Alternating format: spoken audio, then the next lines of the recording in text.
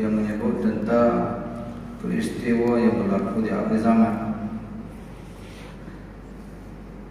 Ada yang pertama menyebut mengenai bagaimana umat di akhir zaman ini akan berhadapan dengan zaman yang penuh dengan fitnah, penuh dengan kecabilan, dan berlakunya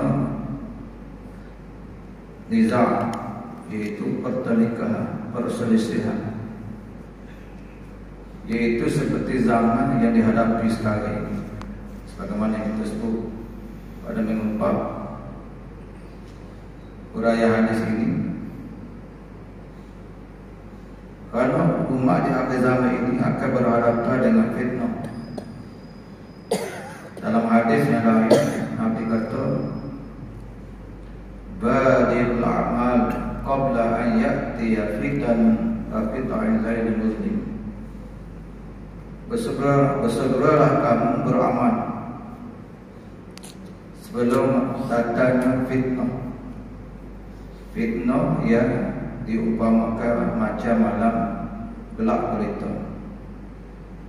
malam yang gelap gelita,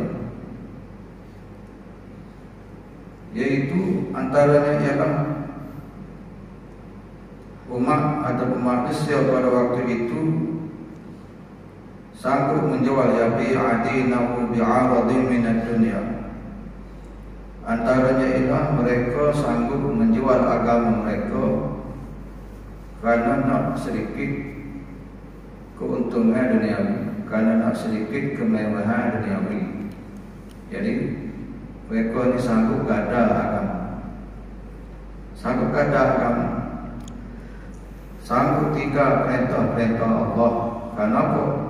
Kerana nak sedikit kemewahan kehidupan di dunia. Itu fitnah.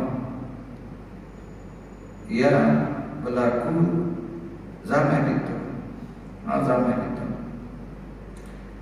Jadi Nabi mengajar beberapa perkara, yaitu bila kita ni nak selamat, maka hendaklah mengikuti tunjuk ajar yang telah disabdakan oleh Rasulullah sallallahu alaihi wasallam. Dalam hadis ini Nabi kata, usikum bitaqwallahi azza wa jalla. Ini yang pertama. Kita ni berada dunia di akhir zaman, yang pertamanya untuk selamat kita ni, hendaklah melazimi takwa kepada Allah Ta'ala dalam keadaan apa juga, dengan mengerjakan segala perintah Allah dan menjauhi segala larangannya. Ini yang pertama. Nabi pesan bagaimana kita ni duduk suasana dunia akhir zaman. Antara yang menyelamatkan kita ialah Nabi ajar kepada kita kena bertakwa kepada Allah Ta'ala. Kita sebut takwa, takwa. Dan sifat takwa ni sifat yang sentiasa dipesan, nasihat, bukan saja tu diletak dalam rukun khutbah, dalam rukun khutbah kita pada hari Jumaat. Bukan saja-saja tu. Siapa kalau tu khatib tak ada pesan supaya bertakwa kepada Allah Ta'ala dalam khutbah tu, tinggal kita kan belajar tentang bagaimana syarat supaya Jumaat. Mesti ada dua khutbah. Kalau tak ada khutbah memang tak sah lah Jumaat kita ni. Maka dalam rukun khutbah itu ada 5. Ni kadang-kadang ada jemaah kita, ada jemaah kita tak tahu ada. Bila tanya rukuk tempat ada berapa? Tak nak sebut. Bukan nak suruh sebut 1, 2, 3, 4, 5 tu. Tanya ada berapa rukuk tempat? Tak tahu kan? Tahu? Mungkin tak belajar. Nak tambah iman. Tak belajar. Padahal wajib kena tahu. Sebab apa? Sebab dia melibatkan kada tertinggal salah satu daripada 5 itu, menyebabkan semua. Kepada terimai siapa nak suti masjid itu tak sah ke jemaah. Jadi dalam tempoh itu bukan oleh mata sangat, tapi nak bulat. Tapi dalam itu ada tempoh. Yang pertamanya kita akan dengar untuk khotib akan memuji Allah. Itu rukun yang pertama, memuji Allah dengan lafaz biasa kita dengar alhamdulillah. Itu rukun. Ikutlah alhamdulillahi wa rasulullah alhamdulillahirabbil alamin. Tapi adanya puji-pujian bagi Allah. Itu rukun yang pertama. Rukun yang pertama. Yang kedua, berselawat ke atas Nabi. Selawat. Apa ni? Yang kedua ni ialah berwasiat, bertakwa kepada Allah Ta'ala, berpesan. Biasa kita dengar selepas daripada alhamdulillahirabbil alamin, ya ayuhan nas ayyuhal mu'minun usikum wa iyaya bittaqwallah. Itu rukun yang kedua. Berwasiat, berpesan kepada ahli jemaah supaya bertakwa kepada Allah Ta'ala. Jadi termasuk dalam pesanan Rasulullah pada umatnya supaya sentiasa bertakwa, maka dijadikan rukun ketebah yang terus daripada memuji Allah, berpesan-pesan kepada takwa kepada Allah Ta'ala. Kemudiannya yang ketiga ialah iaitu satu ayat yang sempurna. Satu ayat yang sempurna. Maksudnya mesti apa? Dalam tebah itu mesti ada juga dalam bahasa Arab atau bahasa ayat Al-Quran.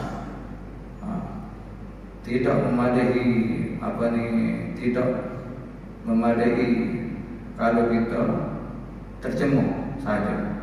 Maknanya kena ada juga. Tak kira lah satu ayat. Maksudnya tebah.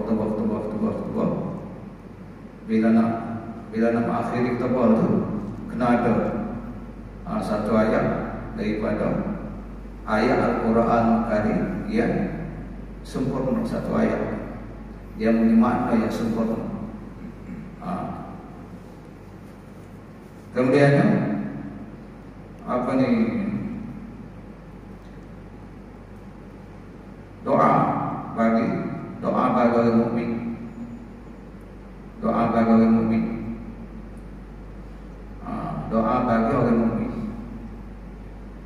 Biasa kita dengarnya Allah maghfir lil mu'minin itu. Itu doa. Berapa doa?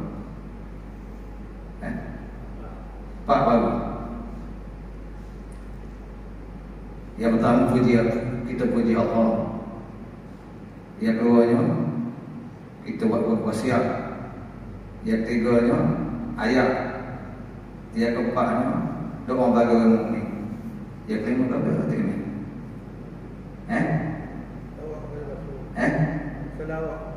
Selawat ada. Selawat. Jadi solat berapa solat? Tahu ya? Tak mari. Yang pertama puji Allah.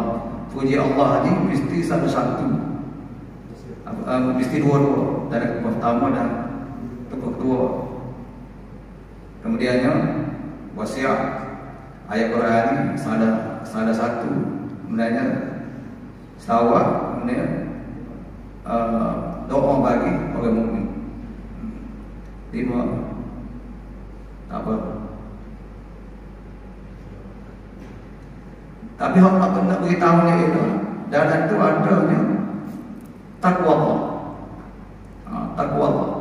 Kalau tak ada takwa Allah, tak ada nasihat supaya bertakwa kepada Allah Taala, maka tak sahlah takwa.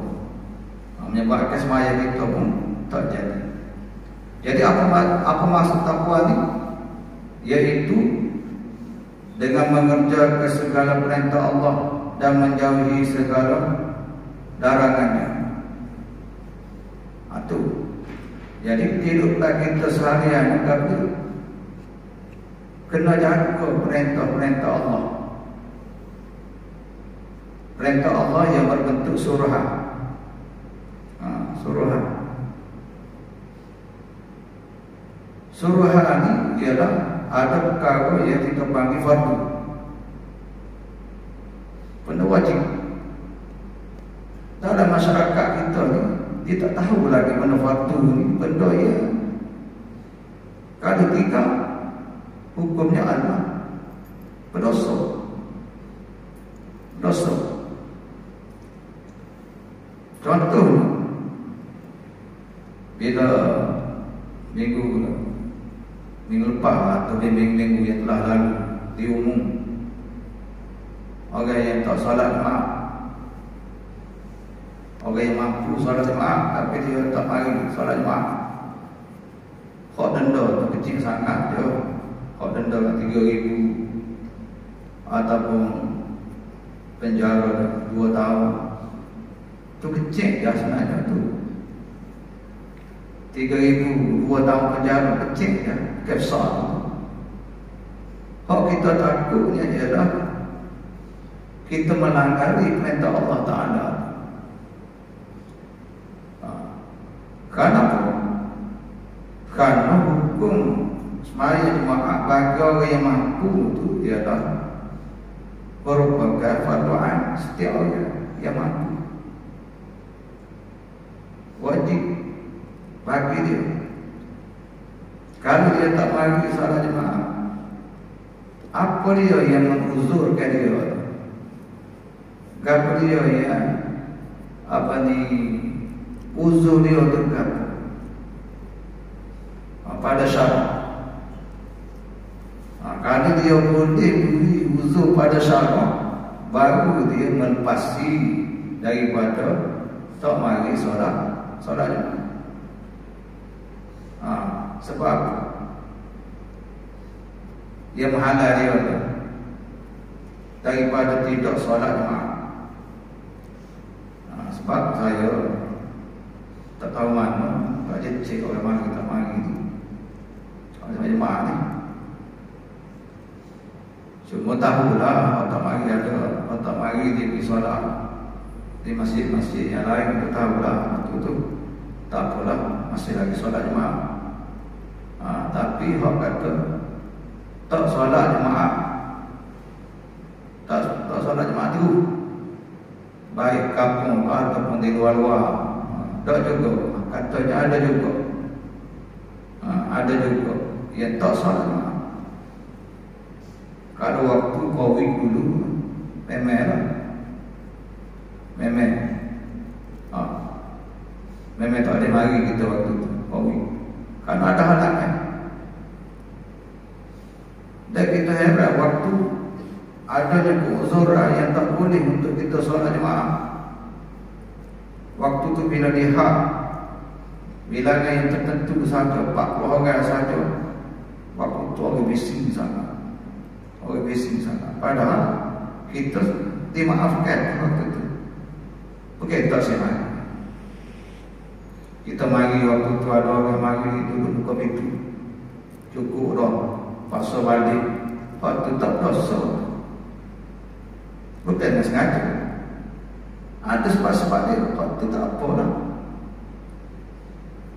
Dan bila habis dengan COVID ada lagi peraturan dia, undang-undang dia tu, bila habis peraturan dia tu, masih ada lagi orang yang tak pergi sembahyang. Bila tanya, bapa tak pergi?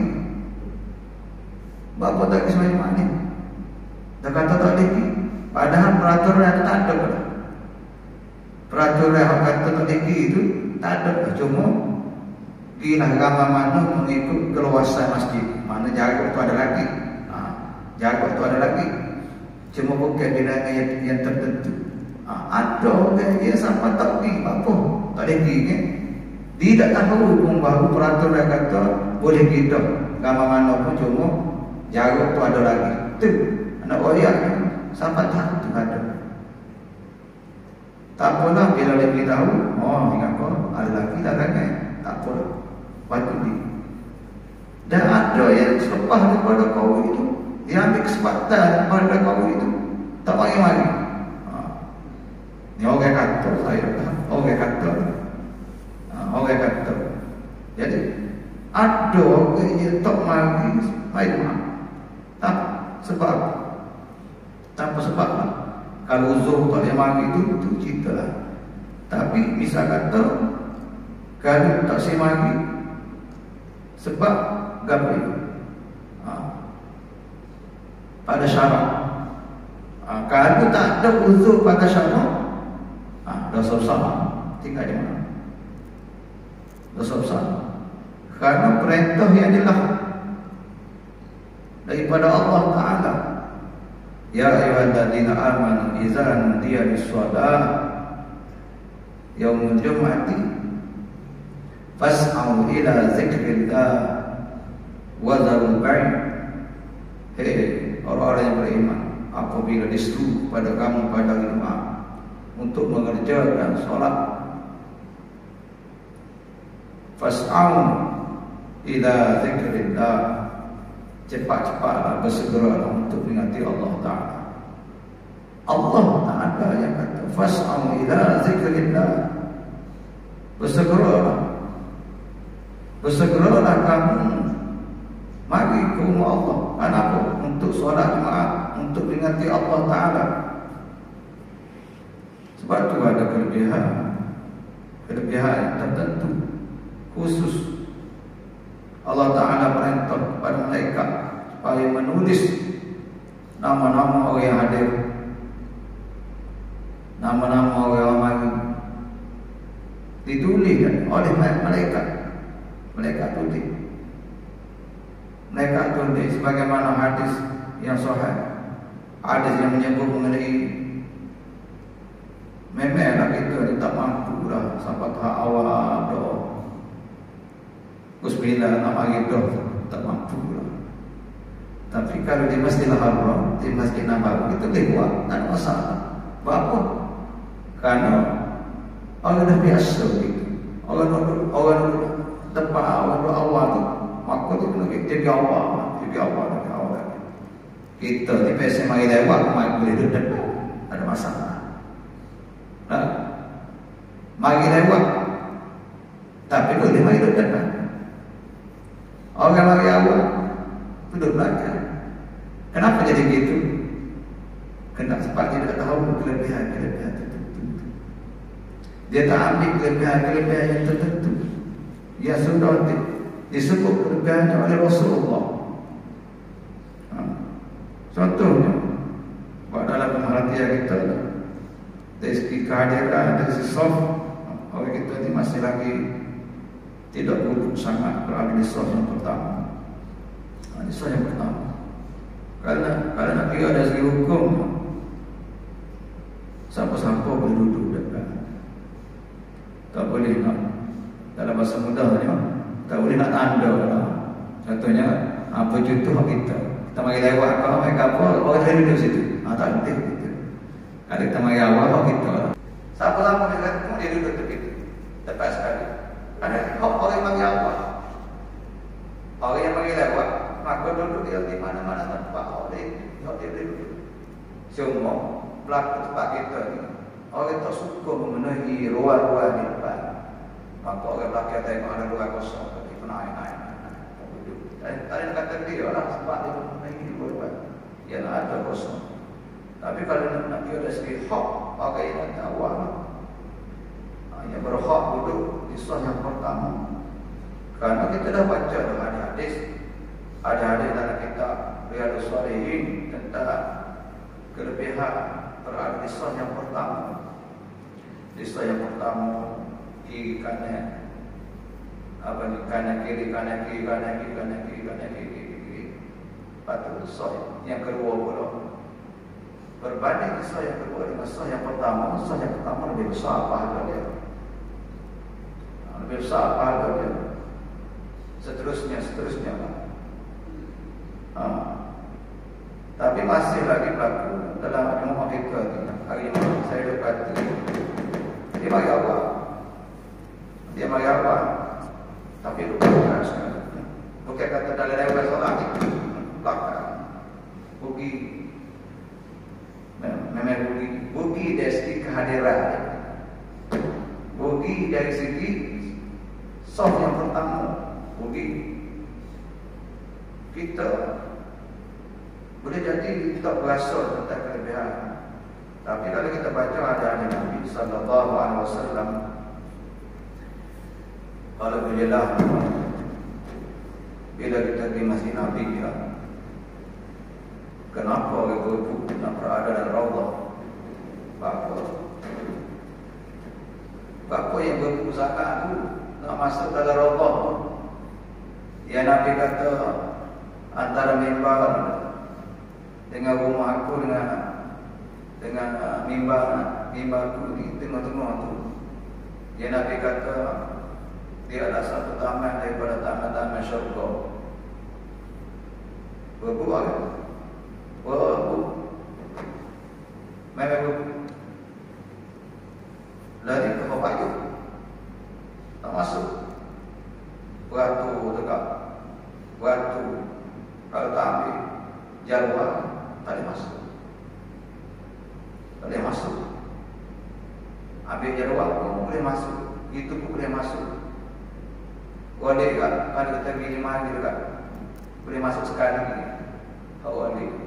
Kalau rajin batu hambat, nampak dia membatu lagi hambat dia serta rezeki kan. Di mana cara kan? Di sudi. Kalau dia rajin. Itu pun batu kerja-kerja. Batu kan sejarah. Siapa nak kerja tu timbul hambat. Tapi kita kalau kita nak masuk ke batu lagi. Kenapa kita nak sangat tu dalam Raudhah tu? Ada gapa dengan Raudhah? Kerana Nabi janji kelebihan yang besar. Ada tu yang sungguh sangat tu. Tapi dalam rumah Allah ni, Islam yang pertama ni, maka itu tempat yang lebih berbanding dengan Islam 2, 3, 4, 5 segala belakang tu. Sehingga Nabi kata kalaulah orang mengetahui tentang kelebihan berada di Islam yang pertama, nascai mereka akan mengundi, berebut. Misal katalah contohlah, misal kata pagi ni, so 20 hari sama berlaku. Asal harus mengerti. Kemudian untuk berada di Islam yang pertama. Kenapa? Karena kelebihan yang dijanjikan oleh Rasulullah. Kelebihan. Mari duduk di sebelah pahala. Pahala. Tapi kita saya berarti tidak bersangat. Jadi begitulah juga. Di muka pintu mereka ditugaskan oleh Allah Taala tulis nama-nama yang mari. Cek kehadiran. Bukan saja itu disebut dalam hadis yang sahih. Orang yang mari awal sekali, mari semata-mata ila zikrillah untuk menghati Allah Ta'ala. Dia mari awal, maka disebut pahalanya ialah untuk soal nak suruh kita ni Mina untuk mari. Jadi disebut pahala serupa pahala seekor unta. Besar. Pahala besar. Kemudian disebut orang yang mari kemudian daripada itu tersama dah dengan kemari orang muda. Dari segi pahala kehadiran orang yang mari selepas daripada itu atau bahawa yang kedua lah kita kata, maka dia dapat pahala hadir. Ini lewat sikit daripada yang pertama, dia dapat pahala lembu lah ni kemahal betul sebab ya tak lembu orang yang mari lewat lagi selepas daripada tu orang yang tiga lah yang pertama awas sekali, orang yang kedua lewat sikit pada pertama, orang yang tiga lewat lagi daripada orang yang kedua ni, maka dia dapat pahala ibarat umpama seekor kambing, dia dapat lagi pahala kehadiran. Orang yang lagi selepas daripada itu, lewat lagi daripada itu, maka dia dapat pahala seekor ayam. Kira lagi seekor ayam. Kita tak tahu ayam itu. Buta ni masalah dia gitu. Buta ni orang menurut. Kalau dulu hari, tu kata duk wakah. Tusuk. boleh betul. Boleh buat pahala mak boleh tentu boleh ketuk tak. Duk bawa apa. Moga ada keadaan nanti dibesar sebelum terbang. Pasal sidang jemaah yang dihormati, dengarlah mengerti nampai semasa khotib baca khutbah, janganlah bercakap-cakap, tak gitu. Mari awak tu. Janganlah bercakap-cakap. Sekalipun kamu kata diam kepada saudara kamu, sesungguhnya kamu telah melakukan perbuatan yang sia-sia. Faqatlah kamu telah melakukan sia-sia. Apa mana sia-sia itu? Menyebabkan pahala tak ada. Tak ada balasan. Tak ada pahala. Kewajiban maaf itu pahala. Jadi rugi ya. Rugi. Memang rugi.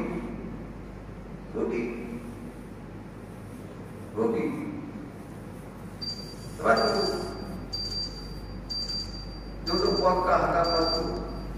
Kalau keluar itu wakah. Tak sepatut. Tak sepatut. Baik. Orang mari lewat lagi. Selepas badai, maka dia dapat pahala sebiji telur. Dapat pahala lagi sebiji telur. Bila imam, bila khatib berada di atas mimbar, maka pada waktu itu mereka tutup buku catat kehadiran. Maka orang mari selepas daripada itu dapat pahala kehadiran pahala telur tak dapat. Lepas itu kalau kita masak di kita, kalau kita perhati di kita kalau ada golongan mana tak tahu. Golongan telur dapat insya-Allah. Telur dapat. Sebab itu apa ni disebut bahawa dia macam tu khatib kadang-kadang dia boleh jadi lambat sikit tu bila tengok jemaah tu ramai lagi tak mari tu melambat-lambat sikit tu tujuannya supaya apa? Supaya ahli jemaah tu tak rugi dari segi apa ni pahala mari kehadiran. Bagus bila dah atas kan pahala kehadiran kan faham? Kalau kata utuh tadi jangan utuh saya ada. Ini telur tak ni. Lagi tak rasa rugi. Lari tak rasa rugi. Akhirat esok rugi tak ke mana pun. Memang rugi. Sebab tu kita mendengar ada Nabi Nasihat daripada Nabi sallallahu alaihi wasallam supaya apa? Supaya kehidupan kita ni terpelihara. Supaya kehidupan kita ni tidak rugi. Sebab tu ada yang menyebut supaya sentiasa bertakwa kepada Allah. Kata dia kena muhasabah diri. Gapo perintah-perintah yang wajib yang kita tak buat. Cuba cek diri masing-masing. Benda wajib tapi kita tak buat. Ni nak mari bulan puasa pula ni. Sebelum ni banyak puasa daripada puasa. Tu. Bila kita muhasabah lagi, kita ada tahun ni nak comel. Tu. Jaga dia, pelihara dia, baby dia. Kalau nak sunat pula, tahun lepas semaya terawih, jaga-jaga daripada buat. Rumah pun tak buat, masjid tak buat. Tahun ni, ni okey. Bila ada sifat takwa kepada Allah Taala, maka dia sentiasa tingkatkan diri dia, hubungan dia dengan Allah semakin dekat. Semakin dekat. Begitulah juga meninggalkan larangan-larangan Allah. Itu juga. Bila kita tahu ada benda yang kita buat, perkara yang Allah Taala haram, maka tinggal. Tunggu apa lagi? Tak payah tunggu-tunggu lah. Memang kayak nafsu ni tak puas-puas. Nak tunggu puas dulu. Bila tak puas? Daripada melakukan perkara haram. Tak puas sama, buat benda haram. Jadi itulah makna takwa. Takwa ni salah satu disebut bahawa Nabi suruh kita ni jaga perintah-perintah Allah. Kalau Tuhan perintah kena buat, kalau Tuhan larang kena tinggal. Itulah ada kehidupan kita untuk menyelamatkan supaya kita ni tidak terjebak dalam suasana dunia ni. Orang dalam keadaan sanggup buat apa saja. Kenapa? Kerana nak hidup mewah dunia ini, sehingga larangan-larangan Allah dia terjadi. Itu yang pertama yang disebut dalam ayat. Wallahu a'lam. Subhanakallahumma wa bihamdika asyhadu an la ilaha illa anta a'udzu billahi minasyaitonir rajim. Bismillahirrahmanirrahim. Alhamdulillah. Wassalatu wassalamu ala asyrafil anbiya'i wal mursalin wa ala alihi wa sahbihi ajma'in. Allahumma faqihna fid din wa 'allimna. Sallallahu alaihi wasallam Muhammad wa ala alihi wa sahbihi wasallam. Alhamdulillah.